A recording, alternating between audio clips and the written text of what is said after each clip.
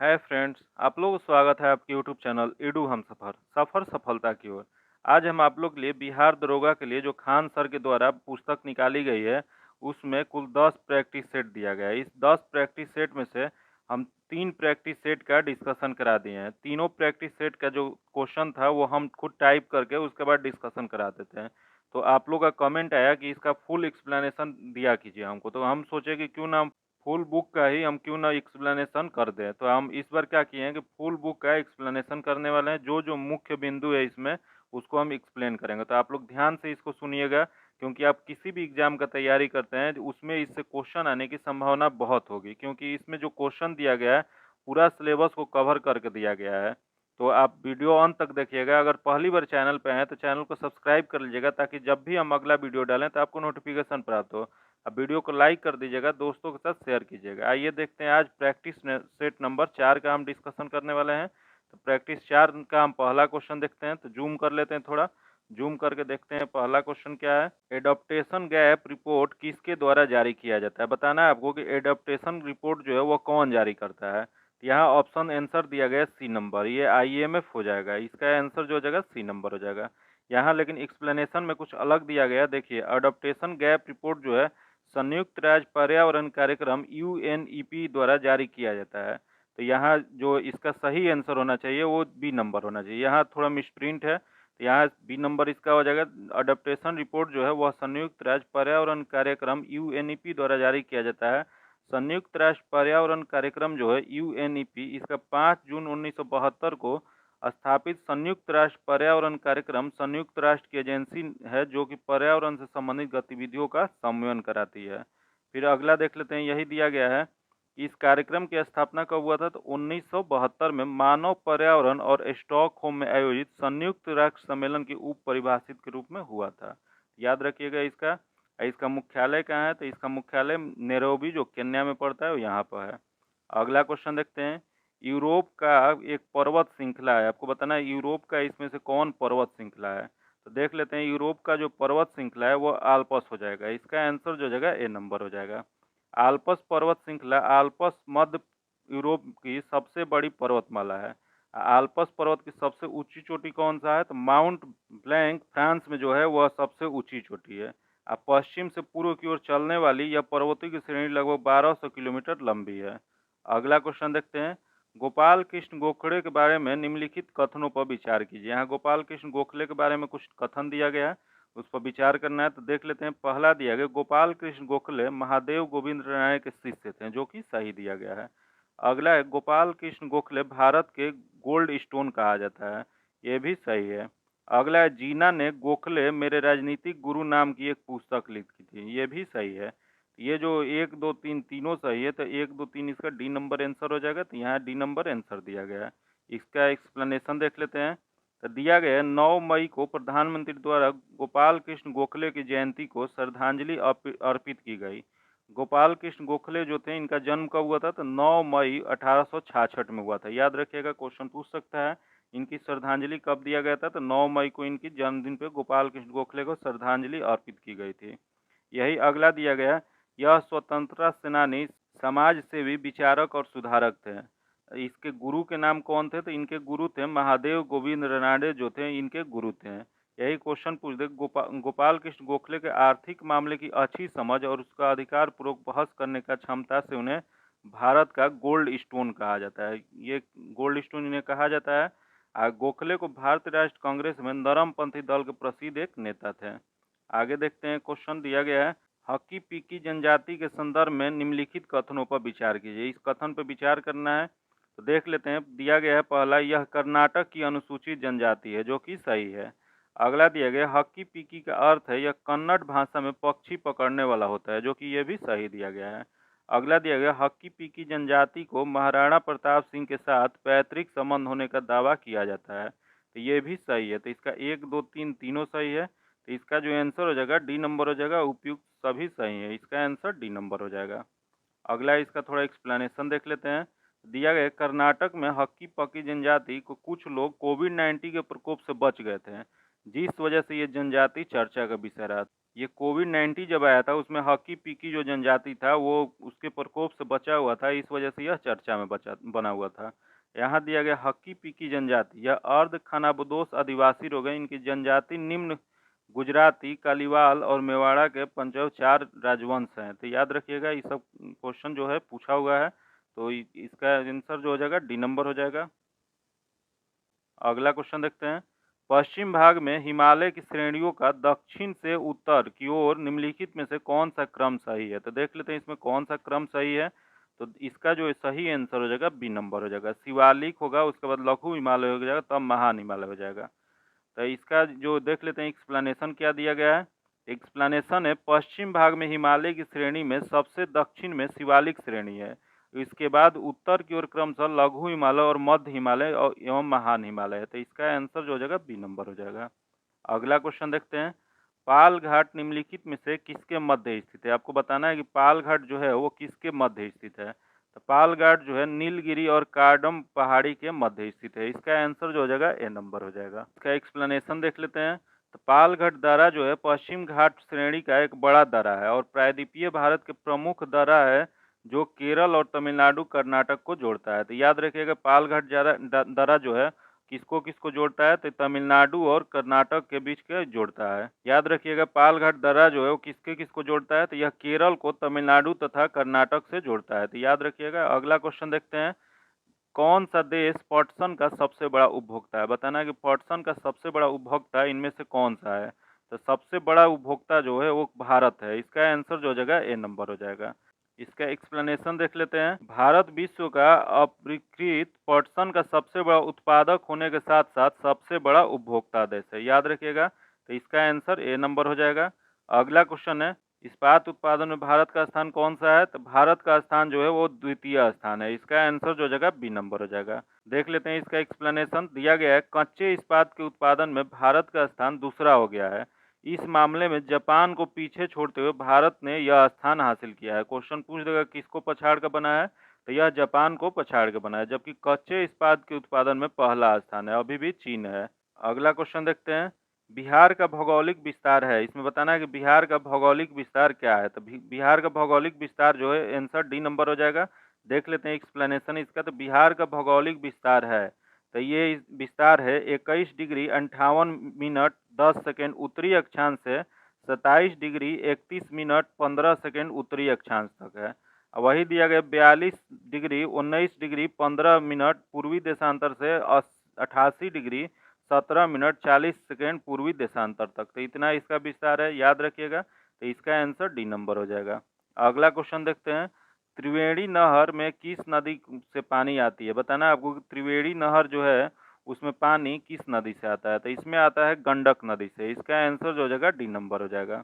देख लेते हैं इसका एक्सप्लेनेशन दिया गया है। त्रिवेणी नहर भारत के बिहार के उत्तर पश्चिमी क्षेत्र के चंपारण जिले के सिंचाई करने के लिए बनाई गई यह नहर है। यह नहर कब बनाई गई थी?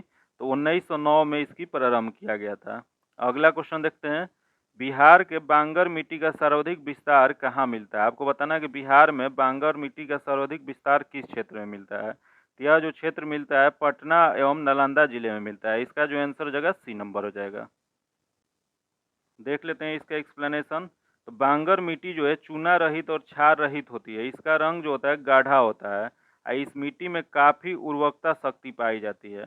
इस मिट्टी का सर्वाधिक विस्तार जो है पूर्णिया और सहरसा में स्थित है। याद रखिए पूर्णिया और सहरसा जिला में सर्वाधिक यह मिट्टी पाई जाती है। यह मिट्टी में धान की खेती या जूट का उत्पादन सबसे अच्छा होता है। अगला क्वेश्चन देखते हैं। निम्नलिखित में से किसने संवैधानिक उपचारों के अधिकार को संविधान की आत्मा कहा? बताना है आपको कि संवैधानिक उपचारों के अधिकार जो है उसके संविधान की आत्मा किसने कहा था। यह कहे थे बी आर अम्बेडकर ने। इसका जो आंसर हो जाएगा बी नंबर हो जाएगा। देख लेते हैं यहाँ एक्सप्लेनेशन दिया गया है।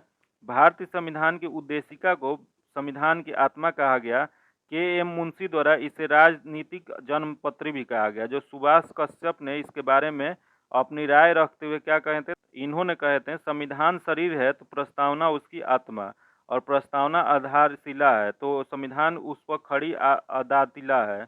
इस प्रकार बी आर अम्बेडकर ने संवैधानिक उपचारों का अधिकार संविधान की आत्मा को कहे थे। अगला क्वेश्चन देख लेते हैं। निम्नलिखित में से कौन सी जोड़ी सुमेलित नहीं है? इसमें बताना है कौन सी जोड़ी जो दिया गया है वो गलत दिया गया है। तो देख लेते हैं इसमें कौन सा गलत दिया गया है। तो पहला दिया गया भारत का निर्वाचन आयोग अनुच्छेद 324 सही है। अगला है संघीय लोक सेवा आयोग अनुच्छेद 332 ये भी सही है। अगला है भारत का सर्वोच्च न्यायालय अनुच्छेद 124 ये भी सही है। अगला दिया है उपयुक्त में से कोई नहीं, उपयुक्त में से एक से अधिक। इसका जो आंसर हो जाएगा डी नंबर हो जाएगा।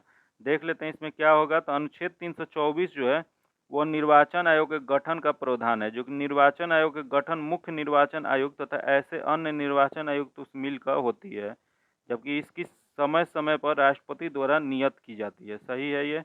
अगला दिया गया अनुच्छेद 124। अनुच्छेद 124 जो दिया गया है यह दिया गया सर्वोच्च न्यायालय के गठन का प्रावधान है, जो कि ये सही है। भारत सर्वोच्च न्यायालय के गठन जो है अनुच्छेद 124 में है। अगला अनुच्छेद 318। अनुच्छेद 318 में क्या है? लोक सेवा आयोग के सदस्य और कर्मचारियों के सेवा की शर्तों के बारे में विनियमित बताने में शक्ति निहित है। तो ये इसका एक्सप्लेनेशन था। अगला अनुच्छेद 315। यह लोक सेवा आयोग का जो उल्लेखित है वह 315 में है। और उल्लेखित 332 में क्या है? तो राज्य विधानसभा के अनुसूचित जाति और जनजातियों के बारे में चर्चा है। अगला क्वेश्चन देख लेते हैं। अगला क्वेश्चन है भारतीय नागरिकता अधिनियम 2005 के तहत नागरिकता हेतु दिए गए निर्देशों को शामिल है। तो ये दिए गए निर्देश में क्या शामिल है? तो इसमें जो शामिल है वो डी नंबर हो जाएगा। किसी अपराध में लिप्त या संदिग्ध आचरण वाले प्रवासी भारतीयों को दोहरी नागरिकता नहीं मिल सकती। यह जो है इसका आंसर डी नंबर हो जाएगा। इसका एक्सप्लेनेशन देख लेते हैं। एक्सप्लेनेशन दिया गया भारतीय नागरिकता अधिनियम 2005 के तहत भारतीय मूल के लोग को दोहरी नागरिकता देने हेतु नागरिकता अधिनियम 1955 में संशोधित किया गया था। यह याद रखिएगा कब संशोधित किया गया था? तो 1955 में। अगला क्वेश्चन देखते हैं। निम्नलिखित में से कौन से अधिकार शत्रु देश के नागरिकों के आंतरिक भारत भूमि पर विद्यमान किसी भी व्यक्ति का उपबंध होता है? तो यह जो उपबंध होता है उपयुक्त में से कोई नहीं। इसका आंसर जो जगह डी नंबर हो जाएगा। देख लेते हैं क्या इसका एक्सप्लेनेशन दिया गया है। यह हो जाएगा भारत में शत्रु देश के नागरिक के अलावा भारत भूमि पर विद्वान किसी भी व्यक्ति को प्राप्त अधिकार है। तो प्राप्त अधिकार कौन कौन सा है? तो अनुच्छेद 14। अनुच्छेद 14 के तहत क्या कहा गया है? यह कहा गया है विधिक समान संरक्षण तथा विधि के समक्ष समानता। फिर अनुच्छेद 20। अनुच्छेद 20 कहा गया अपराधों के लिए दोष सिद्ध के संबंध में संरक्षण। फिर अनुच्छेद 21 क्या कहा गया? तो अनुच्छेद 21 कहता है कि जीवन और दैहिक स्वतंत्रता का संरक्षण। अगला क्वेश्चन देखते हैं। राज्य की परिभाषा का उल्लेख किया गया। बताना है कि राज्य की परिभाषा का उल्लेख कहाँ किया गया। तो यह परिभाषा का उल्लेख जो किया गया अनुच्छेद 12 में किया गया। इसका आंसर जो हो जाएगा सी नंबर हो जाएगा। देख लेते हैं इसका एक्सप्लेनेशन। राज्य की परिभाषा अनुच्छेद 12 में की दी गई है, जिसके अनुसार राज्य के अंतर्गत भारत की सरकार और संसद द्वारा प्रत्येक राज्य की सरकार और विधायिका और भारत के राज्य क्षेत्र में आने वाले भारत सरकार के निर्यात और विद्वान सभी स्थानीय अथवा प्राधिकरण का सबसे समावेश है। यही अनुच्छेद 12 में न्यायपालिका स्पष्ट उल्लेख नहीं है। याद रखिएगा अनुच्छेद 12 में न्यायपालिका का स्पष्ट उल्लेख नहीं किया गया है। अगला क्वेश्चन देखते हैं 17 नंबर। निम्नलिखित में से कौन सा अनुच्छेद अनुच्छेद 14 का प्रावधान से समिष्ट नहीं करता है? तो यह जो समिष्ट नहीं करता है अनुच्छेद 15। इसका आंसर डी नंबर हो जाएगा। देख लेते हैं इसका एक्सप्लेनेशन। तो अनुच्छेद 14 जो है प्रभाव को सीमित करने वाले अनुच्छेद होते हैं। याद रखिएगा प्रभाव को सीमित करने वाले अनुच्छेद कौन से हैं? तो अनुच्छेद 14 है। और वही अनुच्छेद 361 दिया गया है। इसके तहत राष्ट्रपति तथा राज्यपाल के पदासीन रहते हुए उनके विरुद्ध आपराधिक सुनवाई नहीं हो सकती है। इसका जो आंसर हो जाएगा डी नंबर हो जाएगा। अगला क्वेश्चन देखते हैं। निम्नलिखित में से किस वाद के निर्णय को मंडल आयोग के मामले के नाम से जाना जाता है? बताना है कि मंडल आयोग के नाम से किन्हें जाना जाता है। तो यह जो जाना जाता है इंदिरा साहनी बनाम भारत संघवाद को जाना जाता है। इसका आंसर जो हो जाएगा ए नंबर हो जाएगा। देख लेते हैं एक्सप्लेनेशन क्या दिया गया। तो नियोजन से पिछड़े वर्गों के लिए आरक्षण से संबंधित विधि इंदिरा साहनी बनाम भारत संघ में 9 न्यायाधीशों की पीठ द्वारा दिए गए निर्णय को मंडल आयोग के मामले के नाम से जाना जाता है। अगला क्वेश्चन देखते हैं। भारत के संविधान निर्माताओं ने समवर्ती सूची को किस देश से लिया गया है? यह जो लिया गया ऑस्ट्रेलिया के संविधान से लिया गया। इसका आंसर जो हो जाएगा सी नंबर हो जाएगा। यह ऑस्ट्रेलिया के संविधान से लिया गया। तो देख लेते हैं इसका एक्सप्लेनेशन। भारत के संविधान में समवर्ती सूची को ऑस्ट्रेलिया से लिया गया। इस सूची में ऐसे विषय शामिल हैं जिन पर केंद्र और राज्य दोनों कानून बना सकते हैं। यही केंद्र और राज्य के निर्माण कानून में टकराव की स्थिति हो जाएगा तो यह केंद्र की जो होगा उसी को लागू किया जाएगा। इसकी चर्चा कहाँ है? तो इसकी चर्चा 7वीं अनुसूची में शामिल किया गया है। अगला क्वेश्चन देखते हैं। भारत में न्यायिक पुनरीक्षण की संकल्पना निम्नलिखित में से किस देश से लिया गया है? तो यह जो लिया गया है संयुक्त राज्य अमेरिका से लिया गया है। इसका आंसर जो हो जाएगा बी नंबर हो जाएगा। इसका एक्सप्लेनेशन देख लेते हैं। एक्सप्लेनेशन हो जाएगा, भारत में न्यायिक पुनरीक्षण का संकल्पना संयुक्त राज्य अमेरिका के संविधान से ली गई है। इसका आशय है कि सर्वोच्च न्यायालय विधियों और आदेशों का न्यायिक पुनर्लोकन कर सकता है तथा उन विधानों और आदेशों को शून्य घोषित कर सकता है जो संविधान के प्रावधान का उल्लंघन करता है। अगला क्वेश्चन देखते हैं। दिया गया है कि भारतीय संविधान में निम्नलिखित में से कौन से प्रावधान शिक्षा पर प्रभाव डालता है? इसमें बताना है कौन शिक्षा पर प्रभाव डालता है। तो पहला दिया ग्रामीण और शहरी स्थानीय निकाय जो डालता है। अगला राज्य के नीति निर्देशक तत्व ये भी डालता है। अगला पंचम अनुसूची ये भी डालता है। तो इसका जो आंसर हो जाएगा डी नंबर हो जाएगा। इसका एक्सप्लेनेशन देख लेते हैं। एक्सप्लेनेशन जो हो जाएगा इसका आंसर डी नंबर हो जाएगा। एक्सप्लेनेशन दिया गया है, नीति निर्देशक तत्व में अनुच्छेद 45 के तहत ग्रामीण और शहरी स्थानीय निकायों के क्रमशः अनुच्छेद 243(6) और 243(ब) में प्रदान की गई शक्ति और प्राधिकारों के अंतर्गत शिक्षा का प्रावधान किया गया है। वही अनुच्छेद 45 के अंतर्गत नीति निर्देशक तत्व बच्चों की देखभाल एवं 6 वर्ष की आयु तक शिक्षा का उपबंध किया गया है। तो याद रखिएगा ये नीति निर्देशक तत्व में भी चर्चा है। अगला दिया गया पंचायतों को 243(6) के अंतर्गत तथा नगर पालिकाओं को 243(ब) के अंतर्गत शक्तियों, प्राधिकारों और उत्तरदायित्वों का आवंटन किया गया है, जिसमें शिक्षा का प्रबंधन व्यवस्था का उत्तरदायित्व है। अगला क्वेश्चन देखते हैं हम। अगला दिया गया इसी में अप्रत्यक्ष रूप से पंचम और सप्तम अनुसूची में शिक्षा के संबंधित प्रावधान शामिल किए गए। तो इस सब में शामिल था, इस वजह से इसका आंसर जो हो गया था डी नंबर हो गया था।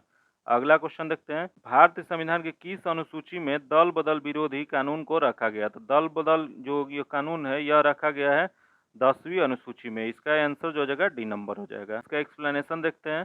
संविधान की 10वीं अनुसूची में दल बदल विरोधी कानून विधेयक प्रावधान है। यह अनुसूची 52वें संवैधानिक संशोधन 1985 द्वारा जोड़ी गई थी। यह कहाँ जोड़ी गई थी? तो 10वीं अनुसूची में 91वें संवैधानिक संशोधन 2003 द्वारा संशोधन किया गया। इस संशोधन का मुख्य उद्देश्य दल बदल पर रोक लगाना, साथ साथ केंद्र और राज्यों को मंत्री परिषद में आकार को सीमित करना था। याद रखिएगा ये सब। अगला क्वेश्चन देखते हैं। टकला मकान मरुस्थल अवस्थित है। बताना है आपको कि टकला मकान मरुस्थल कहाँ स्थित है। यह जो स्थित है मंगोलिया में। इसका जो आंसर हो जाएगा डी नंबर हो जाएगा। यह देख लेते हैं इसका एक्सप्लेनेशन क्या दिया गया है। तो टकला मकान मरुस्थल जो है मध्य एशिया में स्थित एक रेगिस्तान है। इसका अधिकांश भाग जो है चीन द्वारा निर्मित सीजियांग प्रांत में पड़ता है, जो कि दक्षिण से कुनकुन पर्वत श्रृंखला, पश्चिम में पामीर पर्वत और उत्तर में तियत शान की पहाड़ियों द्वारा घिरा हुआ है। अगला क्वेश्चन देखते हैं। निम्न में से किनके साथ इजराइल की साझी सीमा बनती है? तो यह जो बनता है लेबनान, सीरिया, जॉर्डन, मिस्र के साथ। इसका जो आंसर हो जाएगा ए नंबर हो जाएगा। अगला क्वेश्चन देखते हैं। निम्नलिखित में से कौन सा देश भौगोलिक क्षेत्र की दृष्टि से सीमा रहित सबसे बड़ा देश है? तो सीमा रहित जो सबसे बड़ा इसमें दिया गया है वह जापान है। इसका जो आंसर हो जाएगा सी नंबर हो जाएगा।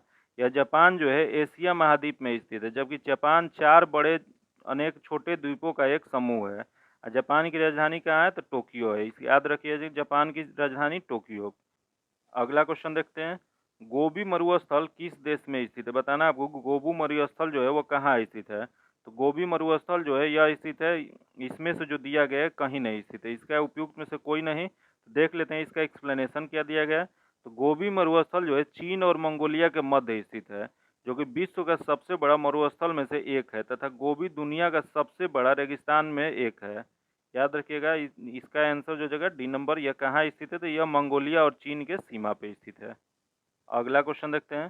सर्वाधिक उत्तरी दक्षिणी अक्षांशीय लंबाई वाला सीमा वाला देश कौन सा है?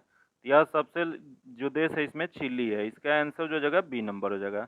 यह चिली दक्षिण अमेरिका में एंडीज पर्वत और प्रशांत महासागर के बीच लंबा और संकरा देश है, जो कि देश के उत्तर में पेरू और उत्तर पूर्व में बोलिविया, पूर्व में अर्जेंटीना और दक्षिण में छोड़ड्रैक पैसेज स्थित है। अगला क्वेश्चन देखते हैं। ग्रेट विक्टोरियन मरुस्थल कहाँ स्थित है? बताना आपको ग्रेट विक्टोरियन मरुस्थल कहाँ स्थित है। यह जो स्थित है इसमें जो दिया गया वो इसमें से उपयुक्त में से कोई नहीं हो जाएगा। तो देख लेते हैं कि यह ग्रेट विक्टोरियन मरुस्थल है कहाँ। एक्सप्लेनेशन दिया गया है। ग्रेट विक्टोरियन जो है विश्व का एक विशाल मरुस्थल है जो ऑस्ट्रेलिया में स्थित है। द ग्रेट विक्टोरियन रेगिस्तान ऑस्ट्रेलिया रेगिस्तान में से एक है। यह ऑस्ट्रेलिया में स्थित है। ग्रेट विक्टोरियन जो मरुस्थल कहाँ स्थित है? यह ऑस्ट्रेलिया में स्थित है। अगला क्वेश्चन देखते हैं।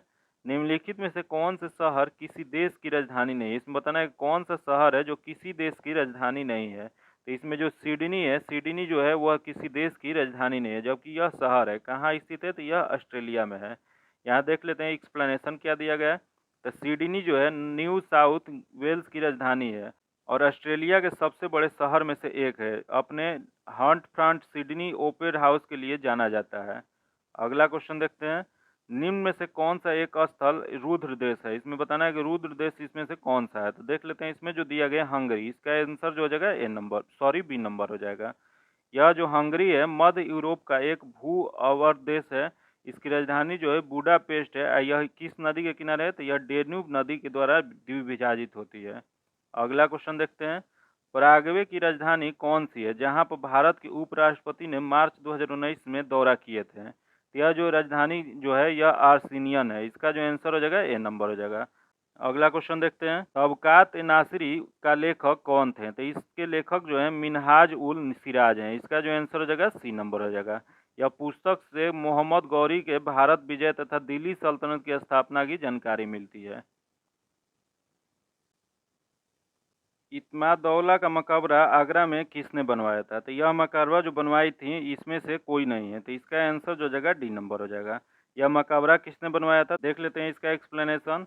इदामुतौला या मिर्जा गियास बेग नूरजहां के पिता थे। इनके मरने के बाद नूरजहां ने 1622 ईस्वी में यह मध्य आगरा में इसका मकबरा बनवाई थी। यह जो यमुना नदी के किनारे पर स्थित है। अगला क्वेश्चन देखते हैं। प्रसिद्ध संत सलीम चिश्ती रहते थे। यह जो रहते थे फतेहपुर सीकरी में रहते थे। इसका जो आंसर हो जाएगा नंबर हो जाएगा। इसका एक्सप्लेनेशन देख लेते हैं। सलीम चिश्ती भारत के मुगल साम्राज्य के दौरान चिश्ती सिलसिले के सूफी संत थे, जो कि पिता इनके कौन थे? तो शेख बहाउद्दीन थे। यह बहुत दिनों तक अरब में रहे और वहां से शेख उल हिंद की उपाधि से विभूषित किए गए। उसके पश्चात भारत लौटे। उसके बाद 36 किलोमीटर दूर स्थित, आगरा से 36 किलोमीटर दूर स्थित यह सीकरी नामक स्थान पर रहने लगे, जिसे अकबर ने वहाँ फतेहपुर सीकरी नामक स्थान को बसाए थे। अगला क्वेश्चन है। इतिहासकार बर्नी ने दिल्ली के सुल्तानों के अधीन भारत में शासन को वास्तव में इस्लामी नहीं माना, क्योंकि यह इस वजह से नहीं माने थे क्योंकि अधिकतर आबादी इस्लाम का अनुसरण नहीं करती थी। इसका जो आंसर हो जाएगा नंबर हो जाएगा। अगला क्वेश्चन देखते हैं। मध्यकालीन भारत के मुगल शासक वस्तुतः थे। तो यह वस्तुतः जो थे चगताई तुर्क थे। इसका आंसर जो हो जाएगा नंबर हो जाएगा। अगला क्वेश्चन है। किस गुप्त शासक द्वारा सर्वप्रथम परम भागवत की उपाधि धारण की गई थी? यह परम भागवत की उपाधि जो धारण की गई थी यह चंद्रगुप्त द्वितीय को की गई थी। इसका जो आंसर हो जाएगा नंबर हो जाएगा। इनके द्वारा अन्य उपाधि धारण विक्रमादित्य था। चंद्रगुप्त द्वितीय को मेहरौली लेख के अनुसार अपने विष्णु पद पर्वत पर विष्णु ध्वज की स्थापना की और परम भागवत की उपाधि धारण किए थे। अगला क्वेश्चन देखते हैं। विक्रमशिला विश्वविद्यालय की स्थापना निम्नलिखित में से किस शासक द्वारा कराई गई थी? तो यह जो कराई गई थी धर्मपाल के द्वारा। इसका जो आंसर हो जाएगा डी नंबर हो जाएगा। एक्सप्लेनेशन देख लेते हैं। विक्रमशिला के प्राचीन बौद्ध विश्वविद्यालय की स्थापना बंगाल के पाल शासक धर्मपाल के द्वारा की गई थी। नालंदा विश्वविद्यालय के पतन के उपरांत यह बौद्ध धर्म के प्रमुख शिक्षा केंद्र के रूप में विकसित हुआ था। अगला क्वेश्चन देखते हैं। निम्नलिखित में से कौन से सुमेलित नहीं है? इसमें बताना है कौन सा सुमेलित नहीं है। तो इसमें जो सुमेलित नहीं है नंबर हो जाएगा। आर्यभट्ट ज्ञान विश्वविद्यालय बक्सर 2017, जो कि गलत दिया गया है। ये आर्यभट्ट ज्ञान विश्वविद्यालय जो है ये 2009 पटना में, ये सही हो जाएगा। तो इसमें गलत जो हो जाएगा नंबर हो जाएगा। अगला क्वेश्चन है। निम्नलिखित साक्ष्यों में से भागवत धर्म का प्रथम अभिलेखीय साक्ष्य कहाँ से मिलता है? यह अभिलेखीय साक्ष्य जो मिला है बेसनगर का गरुड़ स्तंभ से मिला है। इसका जो आंसर हो जाएगा नंबर हो जाएगा। अगला क्वेश्चन देखते हैं। अफगानिस्तान से आर्यों का संबंध दर्शाने वाला नदी कौन सा है? यह जो है कुंभा या क्रूमू। इसका जो आंसर हो जाएगा नंबर हो जाएगा। यह कुंभा एक जो काबुल में है और क्रूमू जो है खुर्रम गोमती गोमल में है। यह नदियों जो थी प्राचीन नदी थी। अगला क्वेश्चन देखते हैं। बिहार सरकार द्वारा बिहार को कब तक टीबी मुक्त करने की लक्ष्य रखा गया है? तो यह लक्ष्य 2025 तक रखा गया है। इसका जो आंसर हो जाएगा बी नंबर हो जाएगा। अगला क्वेश्चन देखते हैं, पांडुका पुल बिहार को किस राज्य से जोड़ती है? बताना है आपको पांडुका पुल जो है बिहार को किस राज्य से जोड़ती है? तो यह जो जोड़ती है झारखंड राज्य से। इसका जो आंसर हो जाएगा सी नंबर हो जाएगा। ये कि झारखंड के गढ़वा जिले में श्रीनगर और बिहार में रोहतास जिले में नोहटा को पांकुआ के बीच यह पुल है बनेगा, जो कि पुल लगभग 68 किलोमीटर नई सड़क भी बनेगा। अगला क्वेश्चन देखते हैं, देश के पहले एकीकृत और सौर ऊर्जा और जल विद्युत परियोजना का शुभारंभ कहाँ प्रस्तावित है? यह जो शुभारंभ प्रस्तावित है सुपौल में। इसका आंसर जो हो जाएगा ए नंबर हो जाएगा। अगला क्वेश्चन है, दूरदृष्टि दोष निवारण के लिए काम में आता है। बताना है कि दूरदृष्टि दोष के निवारण में कौन सा इसमें काम में आता है? तो यह जो आता है उत्तल लेंस आता है। इसका आंसर जो हो जाएगा सी नंबर हो जाएगा। अगला क्वेश्चन देखते हैं, सर सीवी रमन को भौतिक का नोबेल पुरस्कार प्राप्त हुआ था। तो यह जो भौतिक का नोबेल पुरस्कार प्राप्त हुआ था, यह प्राप्त हुआ था 1930 में। इसमें जो नहीं दिया गया तो इसका आंसर जो हो जाएगा डी नंबर हो जाएगा। यह सर चंद्रशेखर वेंकट रमन जो थे भारतीय भौतिकी वैज्ञानिक थे, जो कि मुख्य रूप से प्रकाश प्रकीर्णन के रूप में अपने शोध के लिए जाने जाते हैं। रमन ने भौतिकी के लिए 1930 में नोबेल पुरस्कार जीते हैं और विज्ञानिक की किसी भी शाखा में नोबेल पुरस्कार प्राप्त करने वाले पहले एशियाई व्यक्ति भी थे। अगला क्वेश्चन देखते हैं, प्रकाश के 7 रंग होते हैं, रंगों को अलग अलग का तरीका क्या है? तो इसका जो आंसर हो जाएगा डी नंबर हो जाएगा। इसका एक्सप्लेनेशन देख लेते हैं। तो दिया गया है, कांच का एक प्रिज्म से गुजरने पर श्वेत प्रकाश के अपवर्तित होकर एक जब श्वेत पर्दे पर गिरता है तो पर्दे का श्वेत प्रकाश के स्थान पर इंद्रधनुष के समान 7 रंग की पट्टी दिखाई देती है। इस पट्टी के श्वेत प्रकाश वर्णक्रम कहते हैं। प्राप्त होने वाले 7 रंग क्रम से लाल है, नारंगी है, पीला, हरा, आसमानी, नीला और बैगनी है। अगला क्वेश्चन देखते हैं, अग्नि नाम जुड़ा हुआ है। बताना है कि अग्नि नाम किससे जुड़ा हुआ है? तो यह जो जुड़ा है भारत द्वारा तैयार की गई मिसाइल से। इसका जो आंसर हो जाएगा डी नंबर हो जाएगा। अगला क्वेश्चन देखते हैं, अगला क्वेश्चन है, दाढ़ी बनाने के लिए काम में लेते हैं। तो यह जो काम लेते हैं अवतल दर्पण का लेते हैं। इसका जो आंसर हो जाएगा ए नंबर हो जाएगा। अगला क्वेश्चन देखते हैं, पॉस्चराइजेशन एक प्रक्रिया है जिसमें। तो पॉस्चराइजेशन जो प्रक्रिया है यह उपयुक्त में से एक से अधिक या ई हो जाएगा। इसका एक्सप्लेनेशन देख लेते हैं। तो पॉस्चराइजेशन जो है एक ऐसी प्रक्रिया है जिसमें किसी भोज्य पदार्थ को खास तापमान पर निर्धारित समय के लिए गर्म करने के बाद तुरंत ठंडा कर दिया जाता है, जिसमें इसे मौजूद सूक्ष्म जीवाणु जो है निष्क्रिय हो जाते हैं। इसके चलते इसे लंबे समय तक संरक्षित रखा असंभव हो जाता है। लुईस पास्चर ने इन्हें 1832 से 1895 जिनका जन्म से था, इन्होंने अपने काल में अवश्य वैज्ञानिक तथा रसायन शास्त्री थे। इन्होंने पॉस्चराइजेशन की खोज किए थे। तो क्वेश्चन पूछ देगा कि पॉस्चराइजेशन की खोज किसने किया था? तो ये किए थे लुईस पास्चर ने। अगला क्वेश्चन है, साबुन ग्रीज को हटाता है। तो यह जो हटाता है पायसीकरण द्वारा। इसका जो आंसर हो जाएगा सी नंबर हो जाएगा। अगला क्वेश्चन है, अपमार्जक क्या है? तो अपमार्जक जो है शोधन अभिकर्ता है। इसका जो आंसर हो जाएगा डी नंबर हो जाएगा। अगला क्वेश्चन देखते हैं, ठोस कपूर से कपूर वाष्प बनने की प्रक्रिया को क्या कहा जाता है? तो इसे कहा जाता है ऊर्ध्वपातन। इसका जो आंसर हो जाएगा डी नंबर हो जाएगा। इसी को सब्लिमेशन इंग्लिश में कहा जाता है। एक भौतिक रासायनिक प्रक्रिया है जिसमें कोई पदार्थ अपनी ठोस अवस्था से सीधे गैस में परिवर्तित हो जाती है, उसे ऊर्ध्वपातन या सब्लिमेशन कहा जाता है। अगला क्वेश्चन देखते हैं, मच्छर भगाने वाले दवाओं में सक्रिय रसायन है। तो यह सक्रिय रसायन जो है एलिथ्रीन है। इसका जो आंसर हो जाएगा ए नंबर हो जाएगा। अगला क्वेश्चन देखते हैं, एक समान शुष्क सेल में विद्युत अपघटन होता है। तो यह जो विद्युत अपघटन होता है अमोनियम क्लोराइड का होता है। इसका जो आंसर हो जाएगा सी नंबर हो जाएगा। अगर अभी तक चैनल को सब्सक्राइब नहीं किए हैं तो सब्सक्राइब कर दीजिएगा, बगल में बेल आइकन है जिसको जरूर दबा लीजिएगा। अब वीडियो को लाइक कीजिएगा, दोस्तों के साथ शेयर कीजिएगा। आइए देखते हैं दिया गया अगला क्वेश्चन, प्रधानमंत्री वाड़ी योजना संबंधित है। बताना है कि प्रधानमंत्री वाड़ी योजना किससे संबंधित है? यह जो संबंधित है इसका आंसर जो हो जाएगा डी नंबर हो जाएगा। देख लेते हैं इसका एक्सप्लेनेशन क्या दिया गया है। पीएम वाड़ी योजना के माध्यम से देश के सभी सार्वजनिक स्थानों पर वाईफाई की सुविधा उपलब्ध कराई जाएगी। इस योजना को प्रधानमंत्री वाईफाई एक्सचेंज नेटवर्क पहल के रूप में भी जाना जाएगा। अगला क्वेश्चन देखते हैं, 1765 ईस्वी में इलाहाबाद की संधि किसके मध्य हुई थी? तो यह जो हुआ था शाह आलम, रॉबर्ट क्लाइव और सुजाऊ दौला के बीच हुआ था। इसका जो आंसर हो जाएगा डी नंबर हो जाएगा। देख लेते हैं इसका एक्सप्लेनेशन। तो 1765 में इलाहाबाद की संधि जो है शाह आलम द्वितीय, रॉबर्ट क्लाइव और सुजाउद्दौला के बीच हुआ।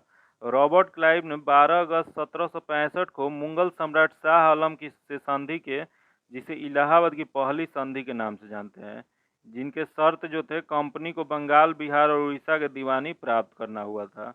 अगला क्वेश्चन देखते हैं। सबसे बड़ा मुक्त व्यापार समझौता आरसीईपी लागू करने वाला पहला देश निम्नलिखित में से कौन सा बना है? तो यह जो पहला देश बन गया वो सिंगापुर बना है। इसका जो आंसर हो जाएगा ए नंबर हो जाएगा।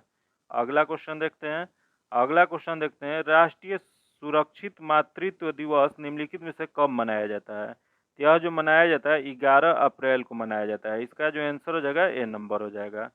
यह राष्ट्रीय सुरक्षित मातृ दिवस जो है व्हाइट रिबन एलायंस इंडियन द्वारा शुरू की गई एक पहल है, जिसे गर्भवती महिला को स्वास्थ्य की उचित देखभाल और प्रसव संबंधी जागरूकता फैलाने के उद्देश्य से हर साल मनाया जाता है। यह दिन राष्ट्रपिता मोहनदास करमचंद गांधी की पत्नी कस्तूरबा गांधी की जयंती पर चिन्हित किया गया। याद रखिएगा, राष्ट्रीय सुरक्षित मातृत्व दिवस किनके जन्मदिन पर मनाया जाता है?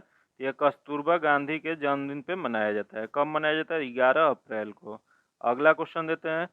विश्व का सबसे ऊंचा रेलवे पुल निम्नलिखित में से कहाँ बनाया जा रहा है? तो यह जो बनाया जाता है जम्मू कश्मीर में। इसका आंसर जो जगह ए नंबर हो जाएगा। इसका एक्सप्लेनेशन देख लेते हैं। एफिल टावर से भी ऊंचा रेलवे अधिक आर्क ब्रिज, कुतुब मीनार से बड़े खंभे, जम्मू कश्मीर के दुनिया के सबसे ऊंचा रेलवे आर्क ब्रिज बनाकर तैयार होने वाला है। यह किस नदी पे बनने वाला है? यह चिनाब नदी पर विश्व का सबसे ऊंचे रेलवे पुल का निर्माण 5 अप्रैल 2021 को पूरा हो गया। इसी के साथ यह भारत में अब तक का सबसे बड़ा रेलवे प्रोजेक्ट होगा। तो इसका आंसर जो जगह ए नंबर। ये कहाँ बनाया जा रहा है? तो यह जम्मू कश्मीर में बनाया जा रहा है। अगला क्वेश्चन देखते हैं। विश्व का सबसे लंबी एलपीजी गैस पाइपलाइन परियोजना निम्नलिखित में से कहाँ बनेगी? तो यह जो बनेगी कांडला गोरखपुर में। इसका आंसर जो जगह ए नंबर हो जाएगा। इसका थोड़ा देख लेते हैं एक्सप्लेनेशन। तो एक्सप्लेनेशन जो है, गुजरात की कांडला पोर्ट से यूपी के गोरखपुर तक बिछाई जाने वाली यह पाइपलाइन की पिछले साल प्रधानमंत्री नरेंद्र मोदी आधारशिला रखे हैं। इस पाइपलाइन में सरकारी petroleum company Indian oil corporation बनाएगी। अगला क्वेश्चन देखते हैं, जो कि 63 नंबर। ये मैथ्स का क्वेश्चन है। इसका आंसर डी नंबर हो जाएगा। अगला क्वेश्चन देखते हैं। ये भी मैथ्स का क्वेश्चन है, 64 नंबर। इसका आंसर ए नंबर हो जाएगा। अगला क्वेश्चन देखते हैं। खासरा निम्नलिखित संक्रमण के कारण होता है। तो यह जो होता है विषाणु के कारण होता है। इसका जो आंसर हो जाएगा सी नंबर हो जाएगा। अगला क्वेश्चन देखते हैं। पेनिसिलिन का आविष्कार किसने किया? तो ये इसका आंसर डी नंबर हो जाएगा। एक्सप्लेनेशन देख लेते हैं। तो पेनिसिलिन के आविष्कार अलेक्जेंडर फ्लेमिंग स्कॉटलैंड के जीव वैज्ञानिक और औषधिकर्ता थे, इन्होंने किया था। अगला क्वेश्चन देखते हैं। निम्नलिखित में से सर्वप्रथम किस वायरस की खोज की गई थी? तो यह जो किया गया था वह टीएमवी का किया गया था। इसका जो आंसर हो जाएगा सी नंबर हो जाएगा। अगला क्वेश्चन देखते हैं। निम्नलिखित में से कौन से शहर बिहार के सबसे पूर्वी भाग में स्थित है? तो सबसे पूर्वी भाग में जो स्थित है कटिहार। इसका आंसर डी नंबर हो जाएगा। अगला क्वेश्चन देखते हैं। उष्णकटिबंधीय वर्षा वनों की मिट्टी के संबंध में निम्नलिखित में से कौन सा कथन सही है? इसमें बताना है कि कौन सा कथन सही दिया गया है। इसका जो कथन सही दिया गया है 1 और 2 दोनों सही है। इसका आंसर जो हो जाएगा सी नंबर हो जाएगा। सॉरी, ए नंबर सी नंबर होगा। इसका देख लेते हैं क्या एक्सप्लेनेशन दिया गया है। तो अधिकांश उष्णकटिबंधीय वर्षा में पोषक तत्वों की अपेक्षाकृत कम मात्रा वाली मिट्टी होती है। उष्णकटिबंधीय वर्षा वनों में मिट्टी लाल लाटोसोल होती है और वह बहुत मोटी होती है। जमीनी स्तर पर सूर्य प्रकाश की कमी के कारण ये कई क्षेत्रों में झाड़ पछाड़ प्रतिबंध होता है। अगला क्वेश्चन है जो मैथ्स का क्वेश्चन है। इसका आंसर जो जगह डी नंबर हो जाएगा। अगला क्वेश्चन देखते हैं। ये भी मैथ्स का क्वेश्चन है। इसका आंसर जो जगह बी नंबर हो जाएगा। अगला क्वेश्चन देखते हैं। ये भी मैथ्स का क्वेश्चन है, जो कि इसका आंसर जो हो जाएगा वो ए नंबर हो जाएगा। अगला क्वेश्चन देखते हैं 73 नंबर। इसका आंसर जो जगह ए नंबर हो जाएगा। अगला क्वेश्चन है 74 नंबर। इसका आंसर बी नंबर हो जाएगा। अगला क्वेश्चन देखते हैं 75 नंबर। 75 नंबर क्वेश्चन है। टोक्यो ओलंपिक 2021 में भारत द्वारा जीते गए पदक हैं। तो यह पदक जो इसका आंसर हो जाएगा सी नंबर हो जाएगा। स्वर्ण 1, रजत 2, कांस्य 4 और कुल जो मिला के हुए 7 हुए। अगला देखते हैं क्वेश्चन। अंतर्राष्ट्रीय चंद्र अनुसंधान स्टेशन परियोजना किसके द्वारा एक नियोजित परियोजना है? तो यह परियोजना जो है यह चीन के द्वारा है। इसका आंसर जो जगह बी नंबर हो जाएगा। अगला क्वेश्चन देखते हैं। 2032 में होने वाले ओलंपिक और पैरा ओलंपिक की मेजबानी निम्नलिखित में से किससे मिली है? तो यह मेजबानी जो मिली है ब्रिस्बेन और ऑस्ट्रेलिया को मिली है। इसका जो आंसर हो जाएगा सी नंबर हो जाएगा। अगला क्वेश्चन देखते हैं। बच्चों के खिलाफ अपराध का मुकाबला करने के लिए स्कॉच पुरस्कार किसने जीता है? तो यह जो पुरस्कार जीती हैं यह फ्रेंसिक विज्ञान प्रयोगशाला है। इसका जो आंसर हो जाएगा बी नंबर हो जाएगा। अगला क्वेश्चन है। 79वें गोल्डन ग्लोब पुरस्कार के सर्वश्रेष्ठ अभिनेता का पुरस्कार किसे चुना गया है? तो यह जो पुरस्कार चुना गया है बिल स्मिथ को चुना गया है। इसका जो आंसर हो जाएगा बी नंबर हो जाएगा। अगला क्वेश्चन देखते हैं। Bose the untold story of in economist nationalist के लेखक कौन है? तो इसके लेखक है चंद्रचूड़ घोष हैं। इसका आंसर जो हो जाएगा बी नंबर हो जाएगा। यह चंद्रचूड़ घोष ने नेताजी सुभाष चंद्र बोस की जीवनी लिखी हुई है। तो यही चंद्रचूड़ घोष हैं। अगला क्वेश्चन देखते हैं। किस राज्य ने प्राथमिक और पूर्व प्राथमिक छात्रों के लिए एक ओपन एयर क्लासरूम कार्यक्रम परय शिक्षालय शुरू किया है? तो यह जो शुरू किया है पश्चिम बंगाल ने शुरू किया है। इसका जो आंसर हो जाएगा डी नंबर हो जाएगा। इसका एक्सप्लेनेशन देखते हैं। तो पश्चिम बंगाल सरकार ने 7 फरवरी को प्राइमरी और प्री प्राइमरी के छात्रों के लिए ओपन एयर क्लासरूम प्रोग्राम का शिलान्यास शुरू किया है। अगला क्वेश्चन देखते हैं। रूस यूक्रेन युद्ध में दुनिया का सबसे बड़ा विमान नष्ट हो गया। यह विमान का नाम क्या था? यह विमान का नाम था एंटीनो AN-225। इसका जो आंसर हो जाएगा बी नंबर हो जाएगा। अगला क्वेश्चन देखते हैं। इसका एक्सप्लेनेशन देख लेते हैं। यह 1980 के दशक के दौरान डिजाइन किया गया एक विमान था। अगला क्वेश्चन देखते हैं। भारत का पहला 100% महिलाओं का स्वामित्व वाला औद्योगिक पार्क किस शहर में खोला गया है? तो यह खोला गया है हैदराबाद में। इसका जो आंसर हो जाएगा डी नंबर हो जाएगा। अगला क्वेश्चन है। किस फिल्म में ब्रिटिश अकादमी फिल्म पुरस्कार के 75वें संस्करण में सर्वश्रेष्ठ फिल्म की पुरस्कार जीता है? क्या पुरस्कार जो जीता है the power of the dog. इसका जो आंसर हो जाएगा ए नंबर हो जाएगा। अगला क्वेश्चन है। निम्नलिखित में से किस देश ने हाल ही में क्रिप्टो करेंसी को वैध मानने के लिए वर्चुअल स्टेप बिल को मंजूरी दी गई है? यह मंजूरी मिला है चीन में, यूक्रेन में। इसका जो आंसर हो जाएगा बी नंबर हो जाएगा। अगला क्वेश्चन देखते हैं। दुनिया का सबसे बड़ा इलेक्ट्रॉनिक क्रूज जहाज किस देश में लॉन्च किया गया है? यह लॉन्च किया गया है चीन में। इसका जो आंसर हो जाएगा डी नंबर हो जाएगा। अगला क्वेश्चन देखते हैं। पुस्तक हियर योर सेल्फ के लेखक कौन है? तो इसके लेखक जो हैं प्रेम रावत हैं। इसका आंसर जो हो जाएगा सी नंबर हो जाएगा। अगला क्वेश्चन है। केंद्रीय कृषि मंत्रालय ने किसान भागीदारी प्राथमिकता हमारी नामक एक अभियान शुरू किया है। केंद्रीय कृषि मंत्री कौन है? तो यह कृषि मंत्री जो है नरेंद्र सिंह तोमर है। इसका जो आंसर हो जाएगा सी नंबर हो जाएगा। अगला क्वेश्चन है। निम्नलिखित में से पहले स्वदेशी हाइड्रोजन ईंधन सेल पोत का विकास और निर्माण कौन करेगा? तो इसका निर्माण जो करेंगे कोचिन शिपयार्ड लिमिटेड। इसका आंसर जो हो जाएगा ए नंबर हो जाएगा। अगला क्वेश्चन है। निम्नलिखित में से किसने विश्व खाद्य पुरस्कार 2022 जीता है? तो यह विश्व खाद्य पुरस्कार 2022 जो जीता है सिंथिया रेजोसेन बेग हो जाएगा। इसका जो आंसर हो जाएगा बी नंबर हो जाएगा। अगला क्वेश्चन है।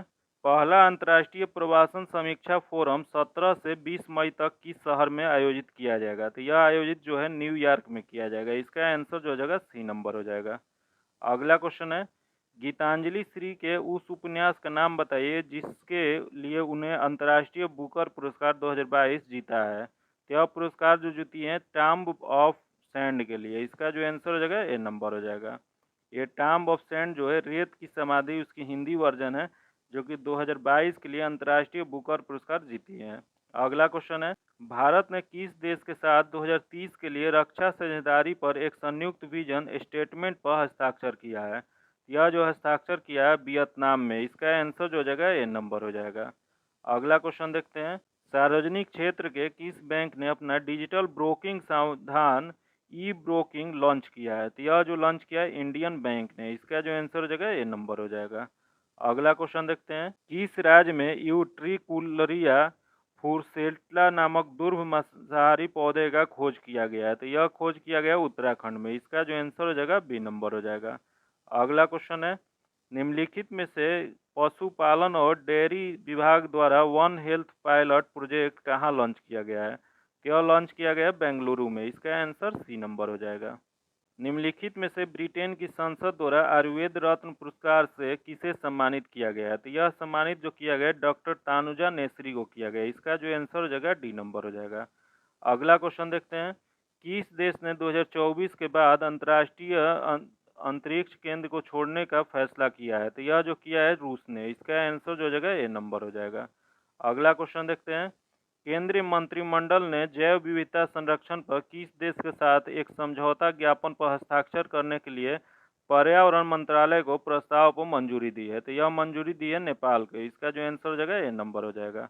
अगला क्वेश्चन देखते हैं। किस मंत्री ने साइंस बिहाइंड सूर्य नमस्कार नामक पुस्तक की आवरण किया है? तो यह जो किए हैं मंजू पारा महेंद्र भाई कालू भाई ने। इसका जो आंसर हो जाएगा ए नंबर हो जाएगा। यह कैसा मेरा प्रयास लगा आप लोग कमेंट करके ज़रूर बताइएगा। इसमें क्या सुधार करें या ऐसे ही रहने दें, आप लोग कमेंट करके बताइएगा। अब वीडियो को लाइक कर दीजिएगा, दोस्तों के साथ शेयर कीजिएगा और चैनल पर अभी तक सब्सक्राइब नहीं किए हैं तो सब्सक्राइब कर लीजिएगा। बगल में बेल आइकन है जिसको ज़रूर दबा लीजिएगा ताकि जब भी हम वीडियो डालें तो आपको नोटिफिकेशन प्राप्त हो। फिर मिलते हैं आपसे अगले वीडियो में, तब तक के लिए धन्यवाद। जय हिंद।